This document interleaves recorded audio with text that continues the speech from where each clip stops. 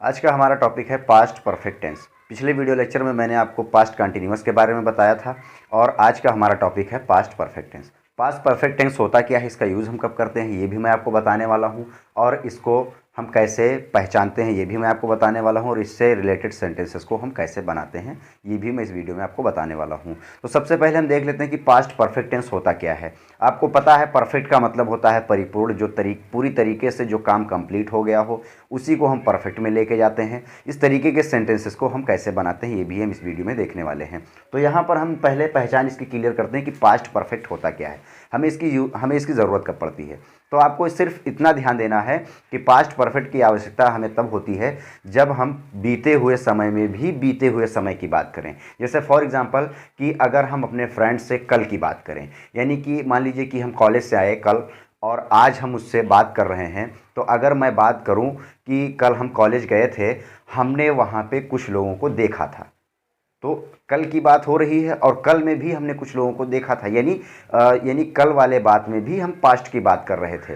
तो इस तरीके से जब पास्ट में भी हम पास्ट की बात करें तो वहाँ पर पास्ट परफेक्ट का हम यूज़ करते हैं, और इसकी पहचान होती है चुका था, चुकी थी, चुके थे, या था, ये थी, ये थे। यहाँ पर आप थोड़ा कंफ्यूज होंगे, तो ये कंफ्यूज होने की ज़रूरत नहीं है। आप जानते हैं कि बहुत सारे ऐसे सेंटेंसेस होते हैं जिसमें आपने देखा होगा मेन वर्ब के साथ या, ई, ए, ये सारे जुड़े होते हैं, उसके बाद था, थी, थे दिया होता है, तो वो भी हम परफेक्ट की कैटेगरी में लेके जाते हैं। एग्जाम्पल के लिए आप यहाँ देख सकते हैं, यहाँ पे देखिए मैंने लिखा देखा था, यहाँ पे आ की आवाज़ आ रही, उसके बाद था। यहाँ पे गए थे, ये थे आ रहा है, मैंने यहाँ पे बताया कि इसकी पहचान होती है। तो इस तरीके से हम इस सेंटेंस की पहचान भी करते हैं। इसकी हेल्पिंग वर्ब होती है हैड। यहाँ पर इस हेल्पिंग वर्ब का यूज़ हम सभी सब्जेक्ट के साथ करेंगे, सभी कर्ता के साथ हमें हेल्पिंग वर्ब का यूज़ करना है, क्योंकि इसकी हेल्पिंग वर्ब सिंगल है, और जब सिंगल है तो सभी सब्जेक्ट के साथ यूज़ करेंगे। आपने पास्ट प्रेजेंट परफेक्ट में आपने पढ़ा था, उसमें हैज़ हैव था, और यहाँ पर सिर्फ हैड दिया हुआ है, तो जब एक ही हेल्पिंग वर्ब है तो एक ही यूज़ करेंगे। मेन वर्ब की यानी वर्ब की थर्ड फॉर्म का यूज़ करते हैं।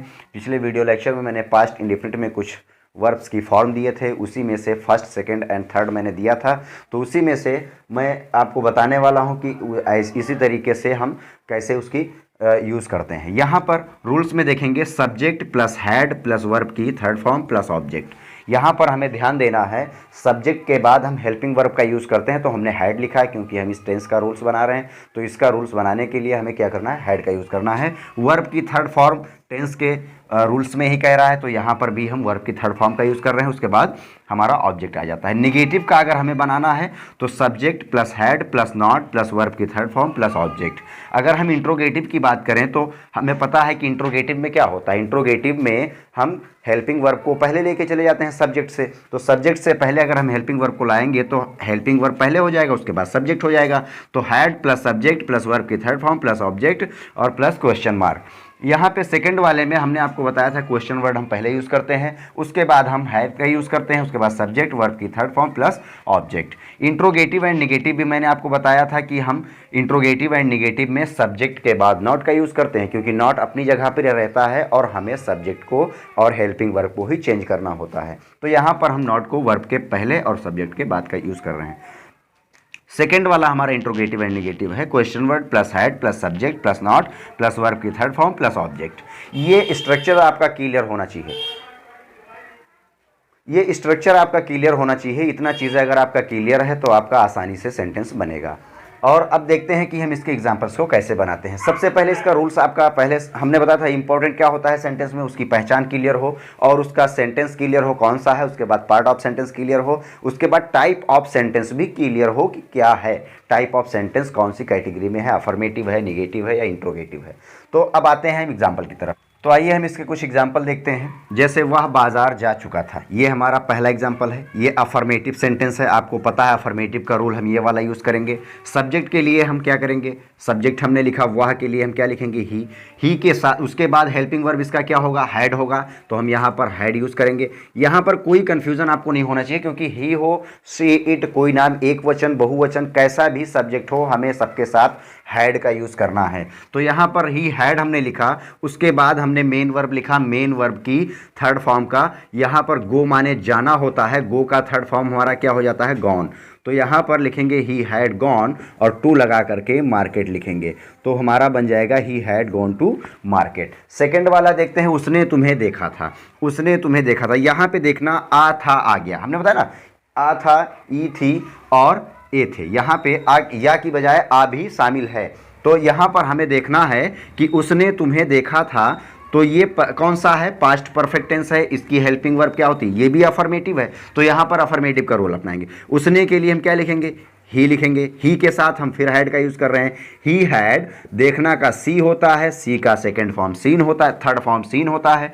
ही हैड सीन यू, उसने तुम्हें देखा था। हम स्कूल नहीं गए थे, यहाँ पर देखना गए थे, यहाँ पे देखिए पूरा पूरा लिखा हुआ है कि इसकी पहचान कैसे होती है, गए थे। तो हम के लिए हम क्या लिखेंगे, वी लिखेंगे और वी के साथ हैड का यूज़ करेंगे।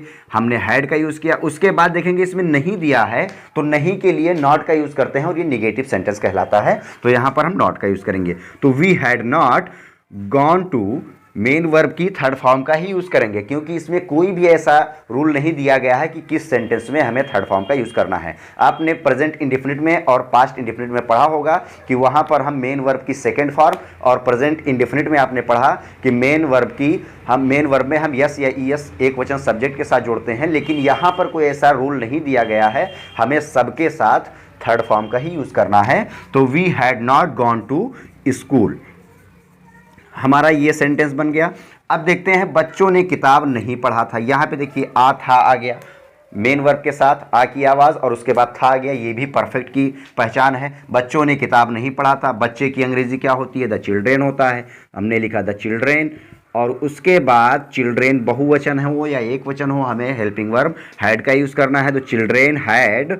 उसके बाद नहीं के लिए not, the children had not read book, read का first second and third form बराबर सेम होता है। उसके बाद हमारा आता है इंट्रोगेटिव का एक सेंटेंस, क्या अध्यापक स्कूल पहुंच चुके थे, यहाँ पर चुका था चुकी थी दिया हुआ है, तो हमें कंफ्यूज नहीं होना है, फिर वही पास्ट परफेक्ट टेंस में आ जाएंगे। यहाँ पे क्या पहले दिया है, तो जब क्या पहले दिया हो, क्या इसमें नहीं दिया है, नहीं दिया है, नहीं इसमें नहीं दिया हुआ है, तो हम इंट्रोगेटिव एंड नेगेटिव का रूल नहीं लिखेंगे, हमें इंट्रोगेटिव फर्स्ट का रूल यूज़ करना है। क्या हम पहले आ गया तो हेल्पिंग वर्ब पहले यूज़ करेंगे, हैड हो जाएगा। उसके बाद अध्यापक का क्या होता है, द टीचर होता है, हैड द टीचर हो जाएगा।